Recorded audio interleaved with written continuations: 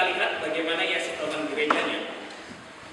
Kristus telah mengasihi jemaat dan telah menyerahkan dirinya baginya untuk menguduskannya sesudah ia menyucikannya dengan memandikannya dengan air dan firman, supaya dengan demikian ia menempatkan jemaat di hadapan dirinya dengan cemerlang tanpa cacat atau buruk atau yang sembah itu, tetapi supaya jemaat kudus dan tidak tercela.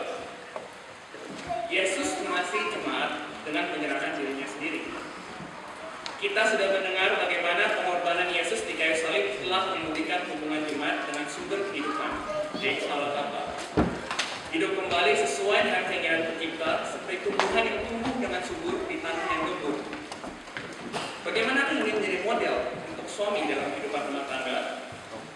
Jawabannya ada di teks Alkitab, ayat 28, yaitu suami harus mengasihi istri seperti tubuhnya sendiri. Ayat 28, demikian juga suami harus mengasihi istrinya sama seperti tubuhnya sendiri. Siapa yang mengasihi istrinya, mengasihi dirinya sendiri. So tidak pernah orang membenci tubuhnya sendiri, tapi mengasuhnya dan merawatinya sama seperti Kristus terhadap jemaat, karena kita adalah anggota tubuhnya.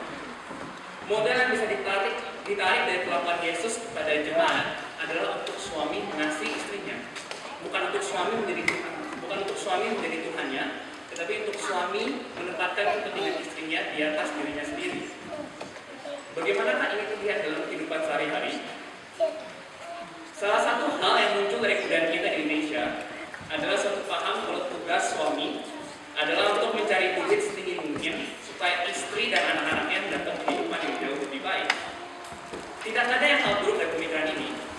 Benar suami harus cari nafkah, namun yang seringkali orang lupakan adalah berapa banyak waktu keluarga yang dikorbankan sang suami untuk mencari nafkah tersebut. Apakah harus setinggi itu? Apakah harus meningkatkan kehidupan keluarga mereka? Karena ingatlah, untuk mengasihi orang, kita harus mengenal orang tersebut, meluangkan waktu dengan orang tersebut, bersama dengan orang tersebut bisa susah dan senang. Perintah Tuhan kepada suami di sini adalah untuk mengasihi istri seperti dirinya sendiri, untuk meluangkan waktu dengan istri, untuk bersama dengan dia di dalam susah dan senang. Andreas, salah satu hal yang susah dalam kehidupan pernikahan adalah untuk menyayangi Savitri. Bukan ketika dia sedang tampil cantik dan menawan, tapi ketika dia sedang marah atau lagi susah disayang. Bayangkanlah skenario seperti ini ya. Ketika kamu pulang dari tempat kerja, basah-basah kena cipratan air dari tas, terus kamu habis dimarahin bos. Dan ketika kamu sampai di rumah, kamu membayangkan rumah yang hangat, istri yang baik, terus memberikan makan dengan celemek. Itu semua happy komik. Tapi seringkali yang terjadi adalah ketika kamu pulang, rumah juga mungkin dalam keadaan berantakan dan istri lagi berusaha dengan buruk. Alkitab mengatakan dalam keadaan tersebut, Andreas, untuk tidak marah-marah kepada Savitri dan menuntut hak kamu untuk istirahat dan tidak melakukan pekerjaan rumah. Tapi sebagai suami yang menyayangi istrinya seperti dirinya sendiri, kamu mencoba untuk menghibur Savitri, menawarkan kemasan makan malam atau membantu pekerjaan rumah. Dan banyak sekali berbagai macam contoh lainnya. Salah satu tips dari saya adalah untuk sering mengatakan kata maaf, dan jika kau lagi marah kepada istri, berdoalah kepada Tuhan untuk memberi kamu kesabaran, dan ingatkan kamu tentang sumpah yang kamu ucapkan di hadapan Tuhan di pernikahan kamu. Salah satu tips lainnya adalah untuk menurunkan kursi toilet supaya setelah kamu memakainya. Menurut riset psikologi, itu akan membuat hidup rumah tangga kamu lebih bahagia. Kalian bisa melihat dari firman Tuhan ini, bagaimana suami memimpin rumah tangga dengan memikirkan bukan yang terbaik bagi dirinya, tetapi bagi istrinya. Karena dengan mengasihi istrinya, suami mengasihi dirinya sendiri. Dari dalam kitab Efesus, hal terbaik yang pernah terjadi adalah hidup di bawah pimpinan Tuhan Allah. Mengetahui kalau Allah berkenan kepada kita karena Yesus Kristus. Nah, kalau suami disuruh menjadi pemimpin yang memikirkan istrinya dan kepentingannya sendiri, maka istri juga diperintahkan untuk tunduk kepada suami. Di ayat 22, hai istri, tunduklah kepada suami kepada Tuhan. Karena suami adalah kepala istri, sama seperti Kristus adalah kepala jemaat. Dialah yang menjalankan. Karena itu sebagaimana jemaat tunduk kepada Kristus, demikian pula istri kepada suami dalam segala sesuatu.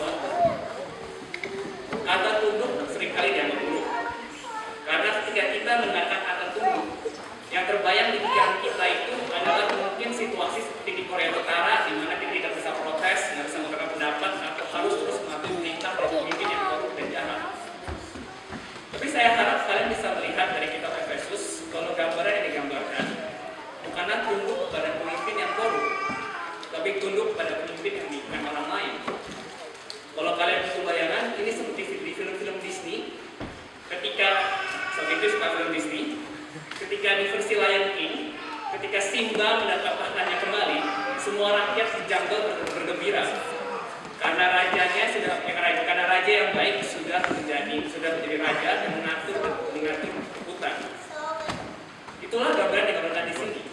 Gereja tunduk dan percaya kepada Yesus karena apa yang telah Dia lakukan dan korbankan untuk jemaatnya. Nah, seperti apakah tunduk kepada suami pria di dalam kehidupan sehari-hari? Salah satunya mungkin adalah untuk mendukung suami di dalam keputusan yang sudah dibuat.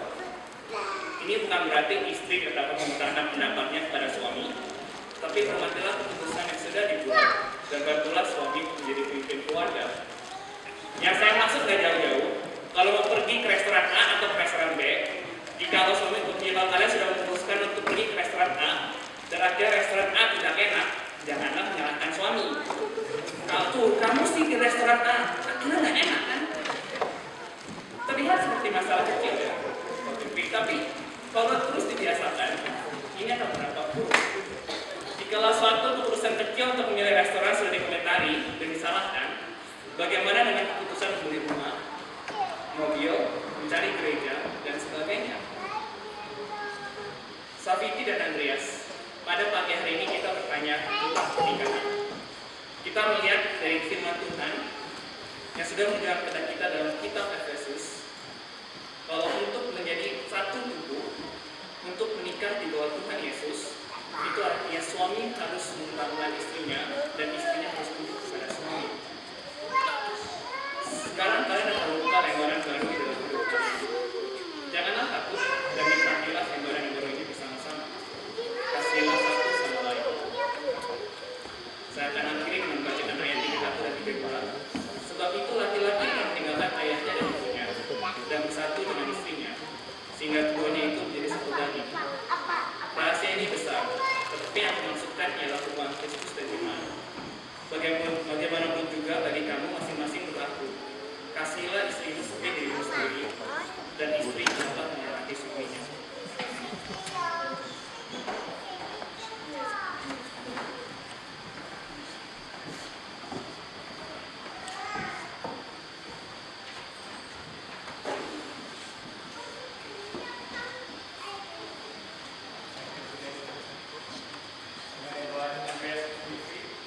To say their promises to one another.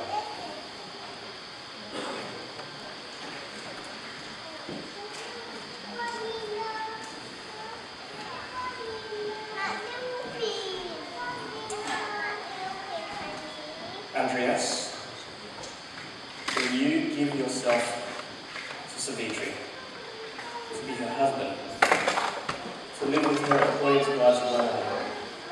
Will you care for her, provide for her, and love her as Christ loved the church and gave himself for her? Forsaking all others, will you remain faithful to Savitri so long as you both shall live? I will. Savitri, will you give yourself to Andreas to be his wife, to live with him according to God's word? Will you love him, help him, and submit yourself to him as the church submits to Christ? And forsaking all others, will you remain faithful to Andreas so long as both shall live?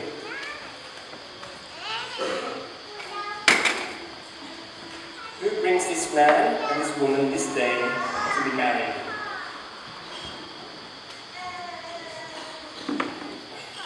Thank you.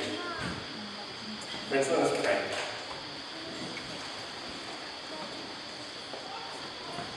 God our Father, thank you for the gift of marriage and for enabling Andreas and Savitri to make this commitment. Unite them in mutual love and companionship and keep them in holiness and devotion to one another. We ask these things in the name of your Son, the Lord Jesus Christ, our Saviour. Amen.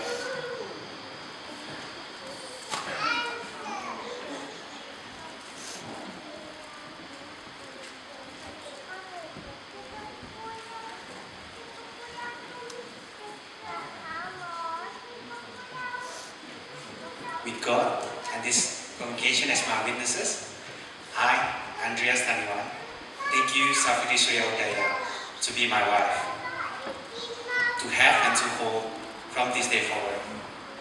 For better, for worse, for richer, for poorer.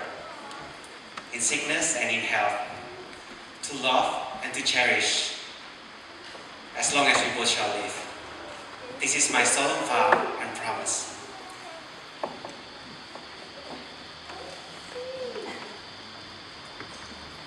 I, Savitri Surjawadaja, take you, Andres Taniwan, to be my husband.